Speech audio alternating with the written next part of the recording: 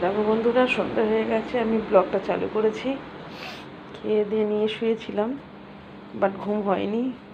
শুয়েছিলাম, ঘুম হয়নি। একটু খেয়ে দিয়ে উঠেছি, তখন 3টে সাড়ে 3টে বাজে। সেই থেকে মেয়ে আর আমি ফোন ঘাঁটতে ঘাঁটতে কখন সন্ধ্যা হয়ে গেল জানতে পারিনি। মেয়ে এখন কাজ করছে।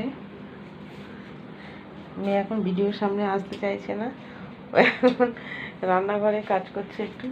ও এখন কি স্ন্যাক্স বানাচ্ছে আমি দেখাবো তোমাদেরকে, কি স্ন্যাক্স বানাচ্ছে।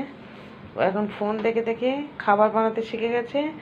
নতুন আইটেম মানে দেখলে করতে ইচ্ছে করে, মানে নতুন রাঁধুনি তো, তাই জন্য করে ওর রান্না করতে খুব ইচ্ছা হচ্ছে। আর ওর মজা লাগে রান্না করতে। তারপরে পুরাতন হয়ে গেলে তখন করতে বললেও করবে না। একটু দেখি বাবু, তুই কী করছিস?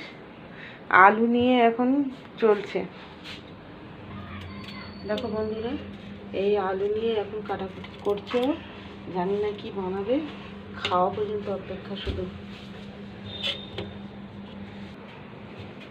কেউ রান্না করে দেবে, কেউ কিছু বানিয়ে দেবে, সেটা খুব খুশির কথা। আর খুব ভালো লাগে, নিজে হাতে রান্না করে করে আর ভালো লাগে না, ইচ্ছাও হয় না কিছু বানিয়ে খাই। তাই জন্য ও যা বানায় ভালো লাগে, খুব ভালো লাগে খেতে।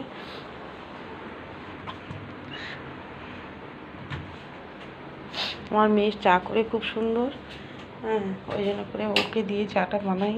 কিন্তু পরে মনে করি যে বাচ্চা মানুষ সব সময় বানাবে খাবো, কিন্তু ঠিক চা খাওয়ার টাইম হলে তখন মানে বলি ওকে, বাবু একটু চা বানাতো। বলে কেন, আমি কি চায়ের কন্ট্যাক্ট নিয়েছি সব সময় চা বানাবো তোমাদের জন্য?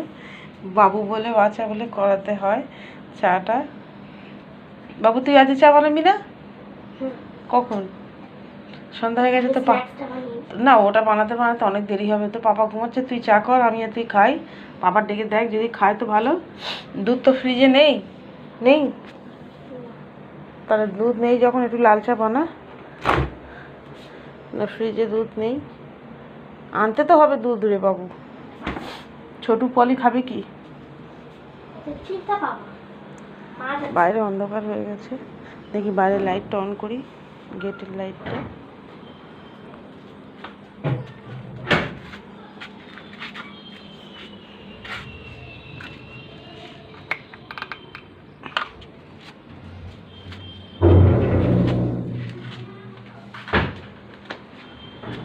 বাবু গাছে পেঁপেটা পেরেছি জানিস, হলুদ হয়ে এসছে তো, কালকে পাখি খেয়ে নেবে। একটু হলুদ হয়ে গেলে গাছেই পাখি খেয়ে নেয়। এই দেখ, এই দেখো বন্ধুরা, পেঁপেটা একটু হলুদ, গাছের পেঁপে অনেক মজার।